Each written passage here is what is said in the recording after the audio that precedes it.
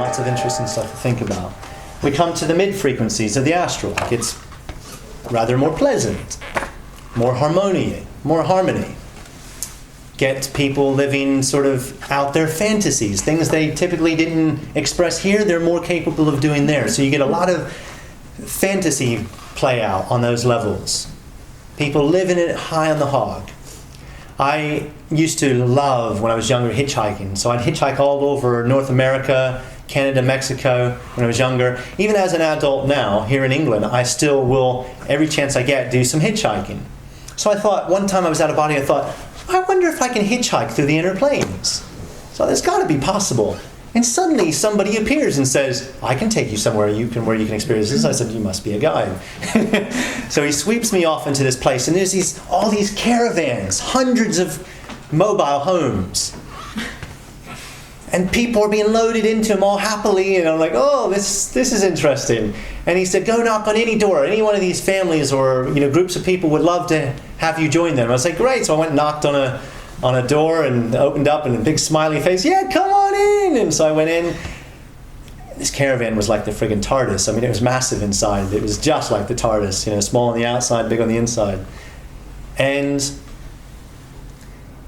there were a couple really young, they weren't really young. I don't want to sound like a pervert. They were maybe 20-ish, and they were very attractive. I was like ogling them, thinking, there's something weird about this. They're like Barbie dolls, and they look like each other, like they've tried to copy each other, and they're like Barbie dolls. And then these two young lads about the same age came in, and they look like Ken dolls. I was like, what's going on here? All these fantastically, epically beautiful people. And I thought, I was looking at the guys, and I was suddenly thinking, they're quite attractive too. And I was like, and I thought, what is this? So I started tapping into their minds, and they'd all learned to augment their looks. And they're all going through this sort of play phase of changing themselves and playing out these fantasies of being these very beautiful people that maybe they were conditioned to want to try to be in physical reality, and now they could. But they looked so Barbie and Ken.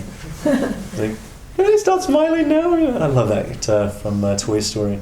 So anyhow, I'm going with them, and I'm trying to feed into the energy of this because I can't quite understand what's going on. And then suddenly I feel these caravans or mobile homes suddenly seem like they're shifting through different layers, and I'm like, what's that all about? So I'm tapping into it, and I'm getting this telepathic feed coming saying, basically, we're transitioning these people from lower levels up to higher levels without freaking them out too much. We're sort of giving them their conditioning, but along the way we're going to journey into a bit of deconditioning. And I was like, this is so cool. This is great. So I stayed with them for a little while, and I thought that was really, really, again, quite interesting. All this stuff we can learn about how we desensitize from this, start to sort of unravel the life experience we had, detach from the personality we had before we sort of maybe take up a new life in the astral and then cycle back into the physical again, if that's our journey. So I had another experience where I was in my chair, in my lounge, and got the vibration, started lifting away from my body, and then suddenly this humongous, like black hole, but it was like a vortex, just opens up in my field of vision. It just consumed it was like an overlay in my house where I couldn't experience the energies of my house anymore.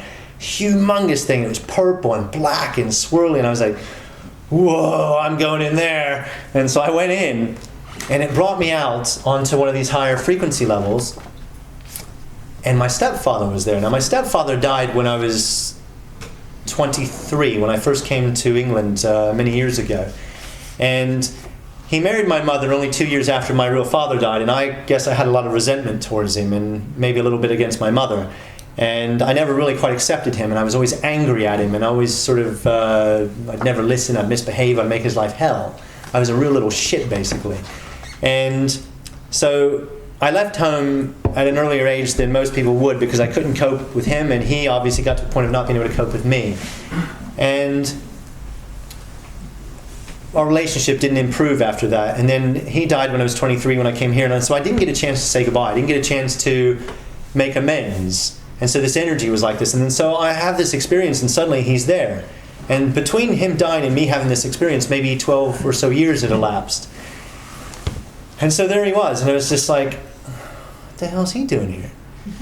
And he sort of just starts moving towards me. And as he's moving towards me, I could feel, an energy in this area of my energy body, or the vehicle I was using on that level of reality. And suddenly it felt like it was being pounded with energy. And he was moving towards me again, and I was just like, what is all this? And he then gives me this embrace. And as he's embracing me, all these telepathic imagery running through my mind of all these experiences that took place between us. And I could just feel as if all the negativity, all that darkness was just being instantly transformed into something else. It was just falling away. And then he let go and he pulled away and he kind of gave me this little cosmic wink, and then he teleported and he was gone. And I was left there like it was a bowl of jelly. I was just like, what was that? That's good. And I came back to my physical body and I cried and I cried and I cried. And I thought, how many people get an opportunity to say a proper goodbye? Usually we're not around when a loved one dies. Sometimes, we're not around. And so we don't get to make our peace.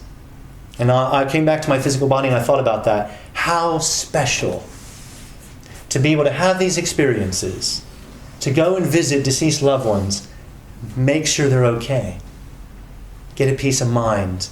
How much of a beautiful thing would that be for people who are left devastated on this level of reality, thinking about their loved one? Maybe a child taken away from an adult. What a horrible thing that must be. Not to have closure, not to know that they're survived death, not to know where they are and that they're being looked after. What a blessing for that adult to be able to get out of body, be taken to where their child is, and to see the transformation that can happen very quickly for these individuals that do find their way to these higher levels.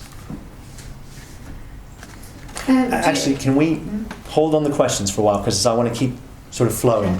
Just hold on, whatever you've got, write it down and we'll come back to it.